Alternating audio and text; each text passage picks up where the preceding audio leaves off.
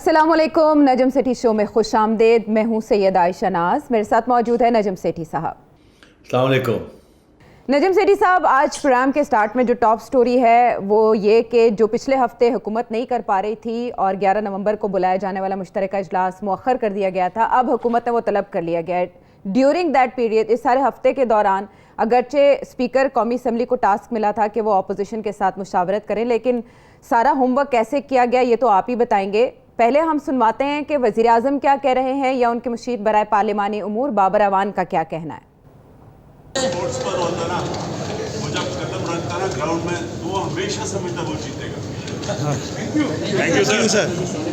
ہم اپوزیشن کو بھی بہت بڑی سپیس دے رہے ہیں، یہ میں آپ کو بتا رہا ہوں. جس طرح سے وہ چاہ رہے تھے، آج بھی اپوزیشن آئی تھی اسپیکر نیشنل اسمبلی کے پاس.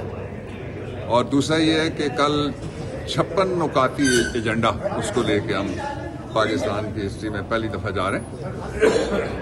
اور اس میں ایک بہت بڑا آئٹم جو پاکستان کی ہسٹری میں پہلی بار 56 نکاتی ایجنڈا اور سینسس کا معاملہ بھی، اور اپوزیشن کو ہم سپیس دے رہے ہیں. اور دوسری طرف سیٹھی صاحب، وزیر اعظم اتنے کانفیڈنٹ لگ رہے ہیں، وہ کہہ رہے ہیں اسپورٹس مین جب میدان میں قدم رکھتا ہے تو اسے یقین ہوتا ہے وہ جیتے گا. وزیر اعظم کو جیت کا یقین ہے، اور شہباز شریف یہ کہہ رہے ہیں کہ وہ اس قانون سازی کا راستہ روکیں گے، وہ اکیلے نہیں ہیں، ساری اپوزیشن ان کے ساتھ ہے. کل کوئی انہونی ہونے جا رہی ہے یا جیسے آپ نے بتا دیا کہ ایسے ہی ہوگا ویسا ہوگا؟ عائشہ، گورنمنٹ آج کانفیڈنٹ نظر آ رہی ہے. اس کی کچھ وجوہات ہیں. میرا خیال ہے پچھلے ہفتے اگر آپ ان کا حال دیکھتے تو انہیں پتہ نہیں تھا کہ دن ہے کہ رات ہے. پہلے انہوں نے اناؤنس کیا کہ ہم ایک جوائنٹ سیشن کر رہے ہیں، اس کی ڈیٹ بھی دے دی. اس سے قبل اسپیکر صاحب نے اپوزیشن کو بلا کے ان کے ساتھ کہا کہ ہم مشاورت کریں گے، آپ کے ساتھ مل جل کے ساری بات کریں گے، کمیٹی بنائیں گے، یہ ساری چیزیں دیکھیں گے. پھر وہاں سے بھی بھاگ گئے. اس کے بعد پھر ڈیٹ دی، ڈیٹ سے بھی بھاگ گئے. پھر دیکھتے رہ گئے کہ اب آگے کب ڈیٹ دینی ہے. اب جا کے پھر ڈیٹ دی ہے. اور اب کانفیڈنٹ اس لیے لگ رہے ہیں کہ وہ جو وجوہات تھیں اس وقت، جو شک شبہات تھے کہ شاید ان کے نمبر پورے نہیں ہوں گے، وہ اب ان کو ایسے لگ رہا کہ نمبر پورے ہو گئے ہیں. اور میں نے آپ سے کل کے پروگرام میں بھی ذکر کیا تھا کہ نمبر پورے کیوں ہوئے ہیں اور کیوں اس وقت پہلے کیوں نہیں ہو رہے تھے. پہلے اسٹیبلشمنٹ کی طرف سے کچھ اس قسم کے اشارے آ رہے تھے کہ شاید ہم نیوٹرل ہو گئے ہیں. اب جب یہ ہوا تو پریشانی ہو گئی اور سیشن کو ملتوی کر دیا گیا کہ اگر نیوٹرل ہو گئے تو اس کا مطلب ہے نہ چودھری آئیں گے، نہ ایم کیو ایم آئے گا، نہ اور لوگ آئیں گے. پھر آپ کو پتہ ہی ہے، میں نے بھی یہ ایک ٹویٹ کی، پھر اس کے بعد اب تو مولانا فضل الرحمان نے بھی یہ بات کنفرم کر دی ہے کہ اسٹیبلشمنٹ کی طرف سے فون کالز گئے ہیں. ایک تو ان کے حمایتیوں کو گئے ہیں کہ جانا ہے اور جا کے ووٹ ڈالنا ہے، جو کہ پہلے شاید نہیں گئے تھے. اور اس کے بعد میں نے یہ بھی سنا ہے کہ اپوزیشن کے لوگوں کو بھی فون جا رہے ہیں کہ جی آپ مت جائیں اینڈ سو آن. تو اس لیے عمران خان صاحب اب کانفیڈنٹ ہو گئے ہیں کہ پھر ایک دفعہ سیم پیج فلسفے جو ہیں وہ چل رہے ہیں. تو یہ صورتحال ہے. اب آپ مجھے پوچھ رہی ہیں کہ کیا ہوگا. اگر تو اسٹیبلشمنٹ سنسیئر ہے عمران خان صاحب کے ساتھ اس موقع پر، آگے کی بات میں نے کل پہلے ہی بتا دی آپ کو کہ عمران خان صاحب کے فیصلے ہو گئے ہیں کہ انہوں نے جانا ہے، اور کب جانا ہے، کیسے جانا ہے، اس کے اوپر ابھی بات چل رہی ہے. مگر ابھی یہ فیصلہ ہوا ہے کہ ابھی ان کو سپورٹ کرنا ہے آن دس ایشو. اور اس لیے میں سمجھتا ہوں کہ نمبر تو ان کے پورے ہو جائیں گے. یہ نہ ہو کہ کل آخری وقت پھر کوئی دوسرے قسم کی فون کالز چلی جائیں تو کوئی مسئلہ نہ بن جائے. مگر آج کی جو خبر ہے وہ یہی ہے کہ اسٹیبلشمنٹ نے ان کو سپورٹ دے دیا ہے.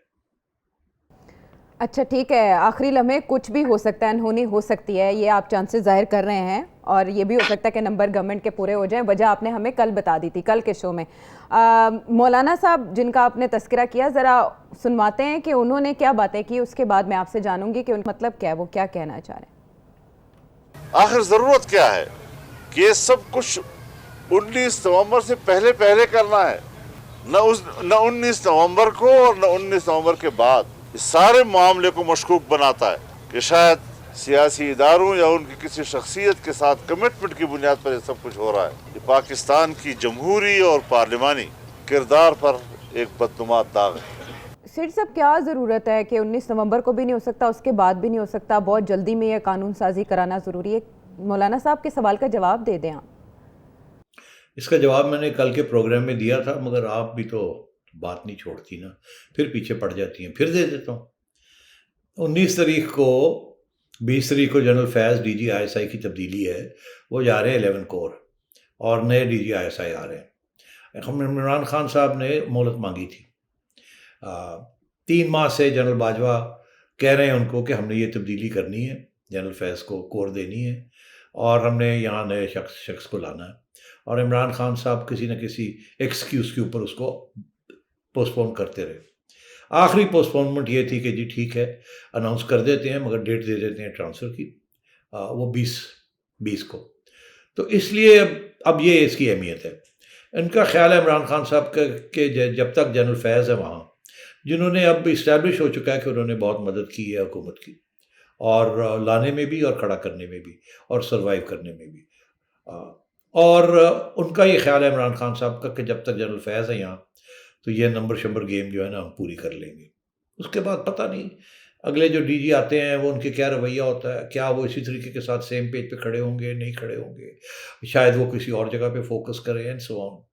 تو یہ 19 نومبر کی جو ڈیٹ کی اہمیت ہے جس کی طرف اشارہ مولانا نے کیا ہے, اور انہوں نے ادارے کی بھی بات کی ہے, شخصیت کی بھی بات کی ہے, تو یہ بات ہے. میں کھل کے بات بتا رہا ہوں آپ کو, اس لیے کیونکہ یہ باتیں چل رہی ہیں نا, یہ سب ڈسکشنز میں آ رہی ہیں, ہم نے پہلے بھی کی ہیں, کوئی نام وام تو اب لیے جاتے ہیں ہم عام طور پہ. تو یہ ساری سلسلہ ہے, یہ گیم ہے. لیکن اس میں مولانا صاحب نے یہ کوٹ کیا کہ انہیں اچھا نہیں لگتا جب وزیر اعظم کو باس کہا جاتا ہے. یاد ہوگا آپ کو سیٹھی صاحب, آپ نے ایک خبر دی تھی عبدالغفور حیدری صاحب نے, جب آرمی چیف سے پوچھا تھا کہ وزیر اعظم کیوں نہیں آئے, کچھ دوست ہونے کی بات ہوئی تو پھر کچھ باس ہونے کی بات ہوئی. مولانا صاحب کو یہ پسند نہیں آیا. آپ کے خیال میں وہ ٹھیک بات کر رہے ہیں؟ دیکھیے یہاں اس کے دو پہلو ہیں. پہلی بات تو یہ ہے جو آپ آئینی بات کرتے ہیں, پھر سیاسی بات کرتے ہیں. آئینی طور پہ تو prime minister is the boss of the army chief. Army chief report کرتے ہیں to the prime minister, D G I S I report کرتے ہیں ٹو دا پرائم منسٹر. ان کی اپوائنٹمنٹس پرائم منسٹر کرتے ہیں, ان کو سیکنگ بھی پرائم منسٹر کر سکتے ہیں, اس لیے وہ باس ہے. تو prime minister is the constitutional boss, not the president, the prime minister. آئیے اب سیاسی طور پہ جو اصلی حقیقت ہے, جو پاور ہے, وہ جنرل باجوہ کے پاس ہے, اور ان کے بعد ڈی جی آئی ایس آئی کے پاس ہے. تو اس لیے جب ہم کہتے ہیں کہ جی الیکشن ہو گئے اور الیکشن کے بعد فلانا جو پارٹی جو ہے وہ پاور میں آ گئی, ایکچولی وہ پاور میں نہیں آتی, وہ آفس میں آتی ہے. آفس کے ساتھ جو پاور ہے وہ بکھرا ہوا ہے. انفیکٹ وہ تھوڑا سا پاور ہے اور زیادہ پاور جو ہے وہ راولپنڈی میں ہے. یہ ہماری حقیقت ہے, اس کو تسلیم کریں یا نہ کریں, یہ حقیقت ہے. اور جو لوگ اس حقیقت کو مانتے نہیں ہیں وہ پھر باہر بیٹھنا پڑتا ہے ان کو, کبھی 10 سال, کبھی 6 سال, کبھی 7 سال, پھر بھگتنا پڑتا ہے. تو بات یہ ہے کہ جنرل باجوہ نے جب یہ بات کہی کہ وہ میرے باس ہیں, تو انہوں نے آئینی طور پر صحیح بات کہی, مگر سیاسی طور پر وہ بات صحیح نہیں تھی. اچھا, اب مولانا جو ہیں ان کو تکلیف اس بات کی ہو رہی ہے کہ بھئی آپ ان کو لانے والے عمران خان کو سلیکٹ آپ نے کیا, کیونکہ اصلی پاور آپ کے پاس ہے, اصلی باس تو آپ ہیں. آپ ان کو لانے والے, آپ ان کو بٹھانے والے, آپ ان کو بچانے والے, آپ ان کے ستون بننے والے, تو آپ ان کو باس کیوں کہہ رہے ہیں؟ ہماری بھی توہین کر رہے ہیں, سب کی توہین ہو رہی ہے اس چیز میں, کیونکہ حقیقت, سیاسی حقیقت کچھ اس کے برعکس ہے. اچھا, اب میرا خیال ہے اس کے پیچھے ایک اور بھی اشارہ ہے جو شاید پتہ نہیں مناسب ہے میں اس کی طرف توجہ دلاؤں یا نہ دلاؤں, مگر ساری باتیں تو آج کل کھلی ہو رہی ہیں اور ہم کوئی ذاتیات کے اوپر تو اتر نہیں رہے. ہوتا یہ ہے کہ جب آرمی چیف, اگر میں پرائم منسٹر ہوتا اور اگر میں آفس میں ہوتا اور پاور جو ہے آرمی چیف میں کے پاس ہوتی, تو آرمی چیف کہیں کہہ دیتے او یار سٹی از مائی باس, تو مجھے تو مطلب ہے بلون میں تو ایسے پھٹ کے خوشی میں مر ہی جاتا شاید. تو اس میں پھر بہت سے پہلو نکل آتے ہیں. چلے یہ ہو جاتا ہے کل, کہتے ہیں کہ نمبر پورے ہو جائیں گے, لیکن پی ڈی ایم کہہ رہی ہے کہ وہ قوانین کو عدالت میں چیلنج کرے گی. اب مولانا کا کہنا کہ یہ سارا معاملہ مشکوک ہو رہا ہے کیونکہ 19 نومبر سے پہلے گورنمنٹ یہ کرنا چاہ رہی ہے. یہ دونوں آرگیومنٹس لے کر اگر پی ڈی ایم یا اپوزیشن عدالت میں جاتی ہے تو کیا ہوگا؟ دیکھیے میں کب سے کہہ رہا ہوں کہ عدالت میں تو یہ جائیں گے اور چیلنج کریں گے. اچھا آرڈیننس کو چیلنج کرنا زیادہ آسان ہے، قانون کو جو پارلیمنٹ پاس کرتی ہے اور وہ بھی ایک جوائنٹ سیشن کے اندر، وہ اتنا آسان نہیں ہوتا. عدالتیں پارلیمنٹری قانون کو سوائے ایک دو ایریاز ہیں جہاں کہ وہ اگر آئین کے خلاف ہوں، ان کی کچھ ایسی اس میں چیز ہو جو کہ آئین کے کوئی ایسی شک ہیں جن کو بالکل وائلیٹ کرے، تو پھر ان کو چیلنج کیا جا سکتا ہے. مگر جنرلی اسپیکنگ ایک قانون کو چیلنج کرنا on the yardstick of the constitution اتنا آسان نہیں ہوتا. بہرحال جائیں گے. یہ دیکھیے یہ ضروری نہیں ہے کہ جا کے وہاں کامیاب ہو جائیں اور قانون کو اسٹرائک ڈاؤن کروا دیں، مگر جانا بڑا ضروری ہے تاکہ ایک ماحول کے اندر ان کا بھی ایک چال آئے نا، ایک پروپیگنڈا ہو کہ کتنا زیادتی ہے، کہ ہیئرنگز ہوں، آرگیومنٹس دیے جائیں اور گورنمنٹ کو ایکسپوز کیا جائے.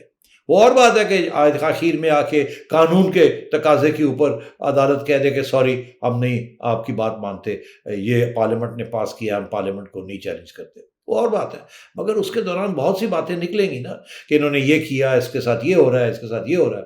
اور خصوصاً اس میں کچھ ایسی چیزیں بھی ہیں جو کہ آگے جا کے پرابلمز بھی بن سکتی ہیں. میں اگزامپل آپ کو دیتا ہوں کہ ای وی ایمز جہاں تک، اب انہوں نے ای وی ایم کے یہ حق میں یہ کر دیں گے کہ الیکشن کمیشن کو ہدایت دی جاتی ہے، آرڈر کیا جاتا ہے پارلیمنٹ کا کہ آپ نے ای وی ایمز استعمال کرنی ہے. اوکے، الیکشن کمیشن کی لے آئے آپ ای وی ایم. اس کے بعد آئین یہ کہتی ہے کہ الیکشن کمیشن یہ کا فیصلہ ہے کہ الیکشن کو کس طریقے سے کنڈکٹ کرنا ہے. قانون بنا دے حکومت، ای وی ایم کہہ دے کہ آپ نے استعمال کرنی ہے، مگر اگر الیکشن کمیشن یہ فیصلہ کرتی ہے کہ جو ای وی ایمز پرووائڈ کی گئی یا ان کے اندر جو سافٹ ویئر ہے وہ ایک صاف اور شفاف الیکشن نہیں دے سکتا، تو یہ الیکشن کمیشن کا فیصلہ ہے کہ اس طریقے سے الیکشن نہیں کروائی جا سکتی. اور اس بیسس کے اوپر الیکشن کمیشن جو ہے وہ آئین کو رسپونڈ کرتی ہے. اس کے لیے بھی لکھا گیا آئین کے اندر کہ الیکشن کمیشن کیا کر سکتی ہے اور کیا اس کی ذمہ داری ہے. تو یہ ای وی ایم والا جو معاملہ ہے، اگزامپل آپ کو دے رہا ہوں، یہ کسی اور آج ادھر نہیں تو کہیں اور سے چیلنج ہو سکتا ہے. مطلب الیکشن کمیشن یہ کہہ سکتی ہے ای وی ایم جو آئی ہیں ہم نے یہ چیک کیے، یہ چیک کیے، یہ چیک کیے، ہمیں کوئی اعتراض نہیں ہے، مگر یہ سی وی ایم کے اندر یہ ٹھیک نہیں ہے، یہ ٹھیک نہیں ہے، یہ ٹھیک نہیں ہے، اس کو ٹھیک کریں. تو پھر تو قانون تو کہتا ہے کہ جی آپ کو ای وی ایم استعمال کرنی چاہیے، الیکشن کمیشن کہتی ہے ہم تیار ہیں، مگر اس ای وی ایم میں یہ خرابی ہے، یہ خرابی ہے، یہ خرابی ہے. پھر آپ کیا کریں گے؟ تو اس لیے عائشہ چیلنج کرنا ضروری ہے، آگے جا کے بھی ہوگا اور ابھی بھی کرنا چاہیے ان کو. ٹھیک ہے، چیلنج کرنا ضروری ہے تاکہ اپوزیشن کھلا میدان اس حکومت کو نہ دے. اس کے لیے قانونی جو پینل ہے وہ بھی اپوزیشن کی جانب سے تشکیل دیا جا چکا ہے اور اس کا اگلا اجلاس 23 نومبر کو ہوگا. کل دیکھنا یہ ہے کہ حکومت قانون سازی کے لیے کیا کرتی ہے، کل کا دن کیسا ہوگا، اس پر بھی ہم بات کریں گے. ابھی واپس آتے ہیں پروگرام میں ایک بریک کے بعد.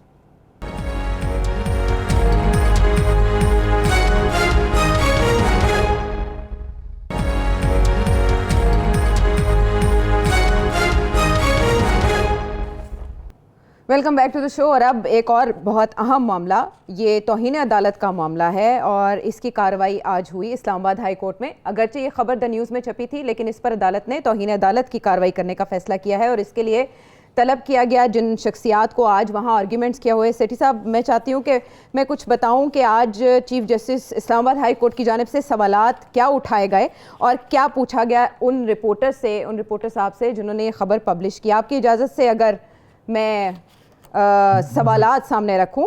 جسٹس اطہر من اللہ نے یہ استفسار کیا کہ سابق جج نے بیان حلفی کہاں نوٹرائز کرایا، باہر کیوں نوٹرائز کرایا، یعنی لندن میں انہوں نے نوٹرائز کیوں کرایا، اور اگر انصار عباسی صاحب جو کہ صحافی ہیں وہ انویسٹیگیٹو جرنلسٹ ہیں تو انہوں نے خود کیا اس معاملے کو انویسٹیگیٹ کیا.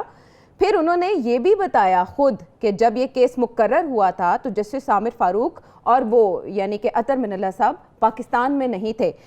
سیٹھی صاحب بڑا گرما گرم معاملہ لگتا ہے کیونکہ وہ یہ کہہ رہے ہیں کہ یہ تنقید نہیں ہے، یہ عدلیہ پہ حملہ ہے. واقعی مجھے نہیں سمجھ آ رہی کہ یہ عدلیہ پہ حملہ کیسے ہے. دراصل ایک چیف جسٹس کے خلاف ایک اور چیف جسٹس نے کچھ باتیں کہی ہیں اور ایک چیف جسٹس نے جا کے ایک حلفیہ بیان دے دیا ہے.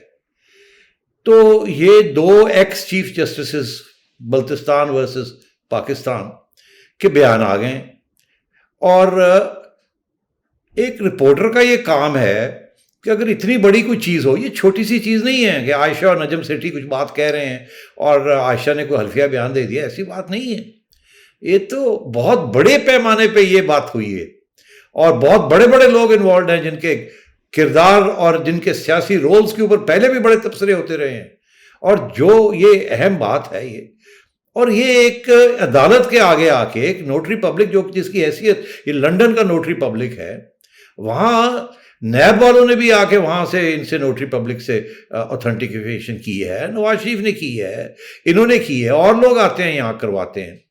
تو مجھے سمجھ نہیں آ رہی کہ جج صاحب کیا ایک ڈیفنس کر رہے ہیں اپنے بردر جج کی، اور وہ ڈیفنس تو یہ تو وقت نہیں ہے اس ڈیفنس کرنے کا. ابھی تو یہ وقت ہے یہ پتہ کرنے کا کہ یہ جو سٹوری آئی ہے اس کے اندر حقیقت کتنی ہے کہ نہیں. دو تین چیزوں کے اوپر ڈٹرمنیشن کرنی ہے. پہلی بات تو یہ ہے کہ یہ ایکس چیف جسٹس بلتستان والے صاحب جو ہیں کیا یہ سچ بول رہے ہیں یا جھوٹ بول رہے ہیں. پھر یہ ڈٹرمن کرنا ہے کہ کیا ex chief justice Pakistan Saqib Nisar صاحب وہ سچ بول رہے ہیں یا جھوٹ بول رہے ہیں. ان کی بات ہے ان کی بھی میڈیا کے اندر رپورٹنگ ہوئی ہے. پہلے انہوں نے کہا کہ انہوں نے مجھے کہا کہ مجھے ایکسٹینشن دو. اب جا کے انہوں نے اپنا بیان بدل دیا ہے ایک دن کے بعد، کیونکہ گلگت بلتستان کے چیف جسٹس کہتے ہیں آپ سے تو میں یہ پوچھ سکتا ہی نہیں تھا، آپ کا تو پاور ہی نہیں ہے مجھے ایکسٹینشن دینے کا، تو میں آپ سے کیا پوچھتا. تو مطلب یہ باتیں اب چلنی شروع ہو گئی ہیں کہ بھائی کیا بات ہے. کیا انہوں نے یہ سٹوری جو ہے انہوں نے اوتھینٹیکیٹ کرنی تھی کہ یہ صحیح سٹوری، یہ نہیں کہ سٹوری کے اندر جو کہا گیا ہے وہ صحیح ہے، یہ کہ یہ چیز ہوئی ہے، یہ انہوں نے کرنا تھا. کہ یہ صاحب گئے ہیں لنڈن، انہوں نے نوٹری پبلک کے آگے جا کے یہ بیان دیا ہے، اور یہ نوٹری پبلک جو ہے یہ کریڈیبل اتھارٹی ہے. اب یہ دیکھنا ہے، تو یہ تو سٹوری تو بن گئی. توہین عدالت کے ساتھ کوئی تعلق نہیں ہے. تعلق بنے گا کہ یہ جو ایویڈنس ہے یہ ایویڈنس فالس ہے یا یہ ایویڈنس صحیح ہے. یہ جا کے آگے ڈٹرمنیشن کرنی پڑے گی عدالتوں کو، اور اس پہ جا کے کراس ایگزامینیشن کرنا پڑے گا سب کا. اور وہ جج صاحب جو ہیں اطہر من اللہ صاحب، وہ خود شروع ہو گئے ہیں ڈیفینڈ کرنے اپنے بردر جج کو. بھائی ایک دفعہ نہیں، آپ 100 دفعہ ڈیفینڈ کریں انہیں، مگر جہاں فورم صحیح ہو نا، جہاں ڈیفینس کرنے کی بات ہے، وہ تو ابھی بات ہی نہیں آئی وہاں تک. تو ابھی تو یہ بات ہو رہی ہے کہ ثاقب نثار صاحب کے ساتھ یہ گفتگو ہوئی. کیا ثاقب نثار صاحب نے آگے یہ بات، وہ جو کہہ رہے تھے کہ میں نے، پہلی بات یہ ہے کہ یہ بات ہوئی کہ نہیں ہوئی، یہ ڈٹرمن کرنا ہے. پھر یہ ڈٹرمن کرنا ہے کہ کیا ثاقب نثار صاحب نے جن جج صاحب کو کہا تھا ان کے ساتھ بات ہوئی کہ نہیں ہوئی. تیسری یہ کہ اگر ہوئی تو کیا انہوں نے ان کی بات سنی یا نہیں سنی. مطلب یہ ساری باتیں آگے جا کے ہوں گی، اور یہ کسی سٹیج پہ بھی یہ سارا کا معاملہ جو ہے یہ ختم ہو سکتا ہے کہ پتہ لگے جی کہ یہ جج صاحب جو ہے گلگت بلتستان والے کہانی بنا لی انہوں نے، ان کی کراس ایگزامینیشن کے اندر یہ ایکسپوز ہو گئے، ختم ہوگی بات. آپ کو یہ عدالت کا اعتراض بجا نہیں لگتا کہ جج صاحب کو اگر کوئی بات پتہ چلی تھی تو جوڈیشل کاؤنسل چلے جاتے؟ نہیں، ضروری نہیں ہے. کیوں جاتے جوڈیشل کاؤنسل؟ وہ تو ایکس جج ہیں. اگر کوئی سرونگ جج ہوتے تو شاید وہاں چلے جاتے، مگر وہ تو ایکس جج ہیں. تو وہ تو صحیح کیا انہوں نے جا کے. آپ سوال یہ بھی بعد میں پوچھ سکتے ہیں نا، آپ یہ اسٹیج پہ یہ نہیں پوچھ سکتے. آپ یہ کنٹیمپٹ کی کال نہیں بنتی. میں تو صرف یہ کہہ رہا ہوں، آپ بعد میں تو بڑے سوال کھڑے ہوتے ہیں نا جو ابھی اس اسٹیج پہ نہیں کھڑے ہو رہے کہ جی آپ نے 3 سال کیوں چپ رہے. آپ نے جا کے لنڈن میں کیوں کیا، یہاں کیوں نہیں کیا، یہاں عدالت میں اپلیکیشن کیوں نہیں دی جب یہ سارے کیسز شروع ہوئے تھے. یہ باتیں اس وقت ہوں گی، اس اسٹیج پہ نہیں. اس اسٹیج پہ انصار عباسی صاحب کو بلا کے اور شکیل الرحمان صاحب کو بلا کے یہ کہنا کہ جی آپ نے توہین کر دی یہ سٹوری چھاپ کے. سٹوری تو بنتی ہے، اور لنڈن میں سٹوری بنتی ہے، لنڈن کے رپورٹر نے فائل کی ہے، اس نے پوری تفتیش کی ہے. تو یہ تو نہیں ہے کہ سٹوری نہیں بنتی. سٹوری یا تو ہوتی نا فیک نیوز ہوتی، پتہ لگتا ہے ایسی کوئی ایفیڈیوٹ ہی نہیں ہوئی یا جعلی ہے ایفیڈیوٹ. ابھی تو ایسی تو بات ہی نہیں ہے عائشہ. ایسے بنتی ہے جو عدالت کا یہ کہنا تھا کہ اپیلیں سماعت کے لیے مقرر ہیں، مریم نواز صاحبہ کی، نواز شریف صاحب کی، کیپٹن صفدر کی، اور سماعت ہونی ہے کل. اور اس پر انٹرسٹنگ بات جس پہ آپ سے بھی جواب چاہیے کہ جن جج صاحب کا ذکر آیا ہے وہ اس بینچ پہ موجود ہیں جو کہ مریم نواز صاحبہ کی اپیل کی سماعت کرنے جا رہا ہے، لیکن ابھی تک نون لیگ کی جانب سے کوئی اعتراض اٹھایا نہیں گیا. دیکھیے ابھی یہ بھی بات چل رہی ہے نا کہ جب یہ معاملہ چل رہا تھا تو وہ اس بینچ میں نہیں تھے. تو پھر تو یہ تو ایکچولی کیس ان کا بڑا اسٹرانگ ہے اس جج صاحب کا کہ میں تو اس بینچ میں بھی نہیں تھا. مگر یہ باتیں اس اسٹیج پہ نہیں ہیں. بہرحال اب چلیں اس کو آگے بڑھاتے ہیں بات کو کہ اب آپ کا یہ موقف ہے کہ جی اب وہ اس بینچ پہ ہیں اس لیے ریلیونس بنتی ہے. تو بات یہ ہے کہ ٹھیک ہے ریلیونس اس بینچ پہ ہیں تو ریلیونس اسی لیے تو اس اسٹیج پہ آئی ہے یہ بات.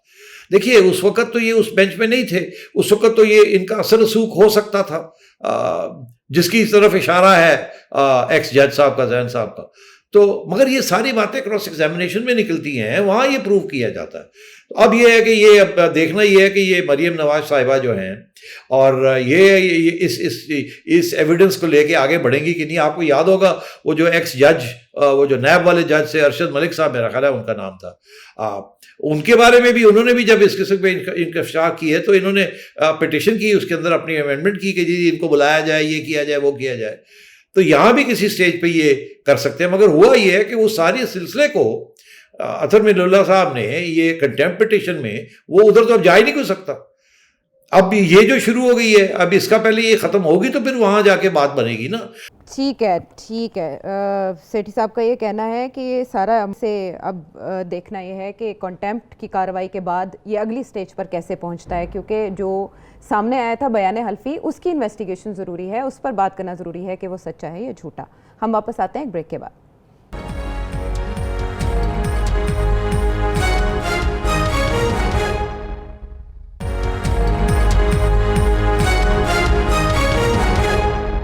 نجم سیٹھی شو میں ایک بار پھر خوش آمدید, اور اب آپ کے سوال شامل کریں گے.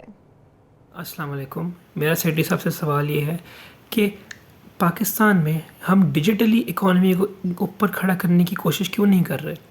جب ہمارا ہمسایہ ملک آئی ٹی سیکٹر میں بہت ترقی کر رہا ہے تو ہم بلینس آف ڈالرز کیوں نہیں جنریٹ کر پا رہے اپنی آئی ٹی سیکٹر سے اور اپنے ڈیجیٹل سیکٹر سے؟ اور یہ ایک بہت بنیادی طریقہ ہے جس سے آج کل معیشتیں کھڑی ہو رہی ہیں. تو پاکستان میں کسی گورنمنٹ کا یہ آج تک فوکس کیوں نہیں رہا کہ ہم ایک ڈیجیٹل ریولوشن لائیں جس میں سوشل میڈیا پلیٹ فارمز کو ہم کسی طریقے سے اسٹرینتھن کریں اور مزید اکانومی کو بہتر کریں اپنے ڈیجیٹل پلیٹ فارمز؟ کیوں ایسا نہیں ہو پا رہا سیٹھی صاحب؟ دیکھیے ان صاحب کو یہ بات بتائیں کہ یہاں انٹرنیٹ پینیٹریشن تو بہت زیادہ ہے, فونز بھی بڑے ہیں سب کے پاس اور کمپیوٹر ٹریننگ بھی ہے, مگر یہ جو سوشل میڈیا پلیٹ فارمز ہیں جن کے لیے یہ ایپس بنتی ہیں ان کے اوپر تو بہت پابندیاں ہیں. یہ ایپس بنانے والے لوگ پاکستان میں کم ہیں, دنیا میں زیادہ ہیں. فیس ٹائم ابھی پاکستان سے سارا وقت لڑائی جھگڑے کرتا ہے, انسٹاگرام سارا وقت پاکستان کی حکومت کے ساتھ لڑائی جھگڑے ہو رہے ہیں, ٹویٹر کے سارا وقت پاکستان کے ساتھ حکومت کے ساتھ لڑائی جھگڑے ہو رہے ہیں. تو اس صورتحال میں کیسے یہ آئی ٹی انڈسٹری کو انکریجمنٹ ملے گی؟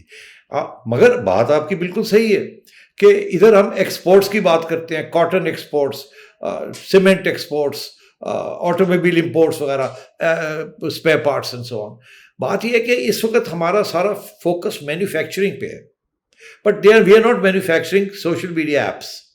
اور آپ صحیح کہہ رہے ہیں, اس کی تو بہت بڑی مارکیٹ ہے ڈیولپ کرنے کی, مگر ہماری توجہ وہاں نہیں ہے, ہماری توجہ ٹریڈیشنل چیزوں کی طرف ہے. تو یہ انشاءاللہ آہستہ آہستہ ہوگا. میں نے سنا ہے کہ آلریڈی آپ ہمارے انٹرنیٹ سیکٹر, یہ جو آئی ٹی سیکٹر ہے اس نے سوشل میڈیا ایپس بنانی شروع کی ہیں. ابھی یہ ہماری ایک دو کمپنیز بھی جو ہیں they've sold for multi million dollars, startups جو ہم نے کی ہیں, اور دن بدن یہ ہو رہا ہے. آپ انڈیا سے بہت پیچھے ہیں, اس میں کوئی شک نہیں ہے, مگر میرا خیال ہے کہ اگلے 5 سال کے اندر آپ دیکھیے گا کہ پاکستانی ایپس اور پاکستانی آئی ٹی کمپنیز جو ہیں یہ بھی ایک کافی اس پہ ڈیولپمنٹ ہوگی. مگر آپ کا سوال درست ہے اور یہ وقت کی ضرورت بھی ہے. اگلا سوال شامل کرتے ہیں. السلام علیکم, میرا نام افتخار حسین ہے. میرا نجم سیٹھی صاحب سے سوال ہے کہ جیسے کہ انہوں نے سجیسٹ کیا ہے کہ 5000 کے نوٹ بند ہو جائیں, تو آپ یہ بتائیے کہ اگر ہم چھوٹے جو نوٹ ہیں ان کو سکوں میں کنورٹ کر لیں, 50 روپے کے اور 100 روپے کے سکوں میں کنورٹ کر لیں, تو کیا اس سے بھی کچھ فرق پڑے گا؟ دیکھیے میں جو بات کر رہا تھا نا, میں بات کر رہا تھا کہ لارج کیش ٹرانزیکشنز, جو کہ 5000 کے نوٹ کی جو لارج کیش ٹرانزیکشن, بوریوں میں بھر کے لوگ 5000 کے نوٹ لے کے کروڑوں کے کاروبار کر لیتے ہیں.